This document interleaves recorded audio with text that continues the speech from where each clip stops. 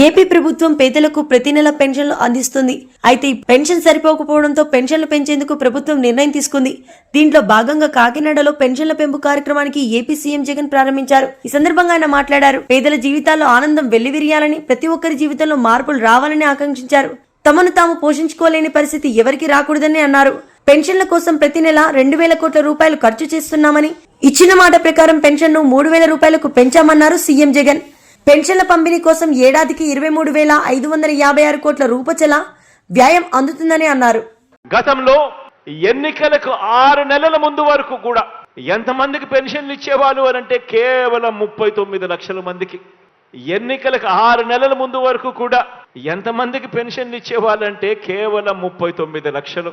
ఎన్నికలకు 2 నెలల ముందు వరకు కూడా ఎంత పెన్షన్ ఇచ్చేవారు అంటే కేవలం 1000 రూపాయలు.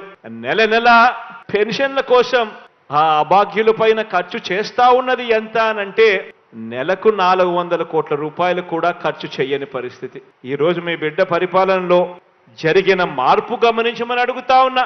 ఈ రోజు మీ బిడ్డ పరిపాలనలో 39 లక్షల మంది పెన్షన్లు ఇస్తా ఉన్న గత పరిస్థితికి పోయి ఈ రోజు 66,34,000 మందికి ఈ రోజు పెన్షన్ ఇస్తా ఉన్నాం. గతంలో 1000 రూపాయలు పెన్షన్ ఇస్తా ఉన్న పరిస్థితి పోయి మీ బిడ్డ ముఖ్యమంత్రి అయిపోయిన వెంటనే తొలి సంతకం మొట్టమొదటి రోజు నుంచే పెన్షన్ 2,250 రూపాయలకు పెంచి ఆ తర్వాత ఇచ్చిన మాట ప్రకారం ఆ పెన్షన్ పెంచుకుంటూ పోయి ఈ రోజు 3,000 దాకా తీసుకొని పోయిన పరిస్థితులు ఈ రోజు కనిపిస్తా ఉన్నాయి. ఈ రోజు నా అవ్వ తాతల ముఖంలో చిరునవ్వును చూడాలని, అభాగ్యులైన నా అక్క చెల్లెమ్మల ముఖంలో చిరునవ్వులు చూడాలని, దివ్యాంగులైన నా అన్నతమ్ముల ముఖంలో చిరునవ్వును చూడాలని ఇవాళ మీ బిడ్డ ప్రభుత్వం కేవలం పెన్షన్ల కోసం ఖర్చు చేస్తా ఉన్నది అక్షరాల నెలకు 2,000 కోట్ల రూపాయలను కూడా ఇవాళ చెప్పడానికి గర్వపడతా ఉన్నా. ఆలోచన చేయమని అడుగుతా ఉన్నా.